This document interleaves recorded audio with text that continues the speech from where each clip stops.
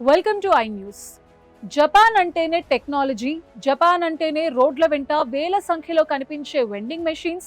కానీ దశాబ్దాల కాలంగా జపాన్ సంస్కృతిలో భాగమైన ఈ ఐకానిక్ మెషిన్ సామ్రాజ్యం ఇప్పుడు పెను సంక్షోభంలో పడింది.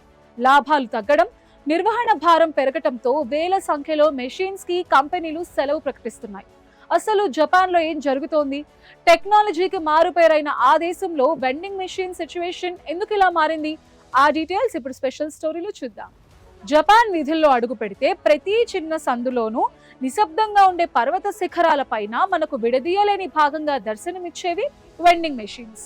మండుతున్న ఎండలో చల్లని సోడా కావాలన్నా, గడ్డకట్టే చలిలో వేడివేడి కాఫీ కావాలన్నా జాపనీస్ కి గుర్తొచ్చే మొదటి పేరు ఈ ఆటోమేటెడ్ రిటైల్ బాక్సెస్.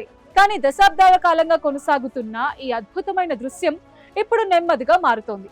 దేశవ్యాప్తంగా విస్తరించి ఉన్న సుమారు 40 లక్షల వెండింగ్ మెషిన్స్ వ్యవస్థ ఇప్పుడు తన మనుగడ కోసం తీవ్రంగా పోరాడాల్సిన పరిస్థితి ఏర్పడింది.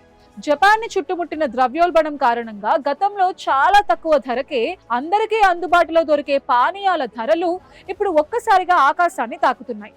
ఒక్కో వాటర్ బాటిల్ లేదా కూల్ డ్రింక్ ధర ఇప్పుడు 130 నుంచి 160 యండ్లకు చేరుకోవటంతో సామాన్య వినియోగదారుడు ఈ మెషిన్స్ వైపు చూడడమే మానేశాడు. ఇదే పానీయాలు పక్కనే ఉన్న డ్రగ్ స్టోర్స్ లో లేదా పెద్ద సూపర్ మార్కెట్స్ లో డిస్కౌంట్ల మీద అంతకంటే తక్కువ ధరకే లభిస్తూ ఉండటంతో జనం వెండింగ్ మెషిన్స్ కి దూరం అవుతున్నారు.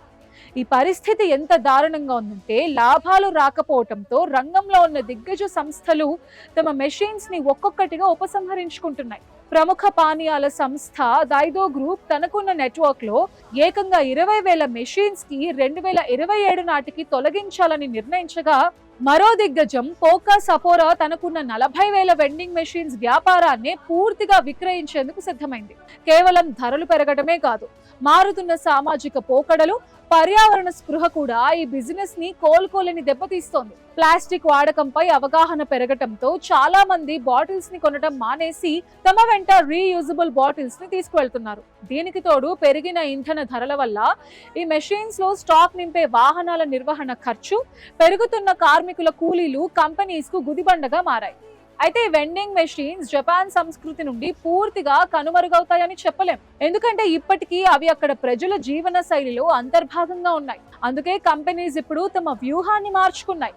పరిమాణం కంటే నాణ్యతకు, లాభదాయకతకు ప్రాధాన్యత ఇస్తూ ఎక్కడ పడితే అక్కడ మెషిన్స్ ను పెట్టడం మానేసి రద్దీ ఎక్కువగా ఉండే కీలక ప్రాంతాల్లో మాత్రమే వీటిని ఉంచేలా వాల్యూ మోడల్ వైపు అడుగులు వేస్తున్నాయి.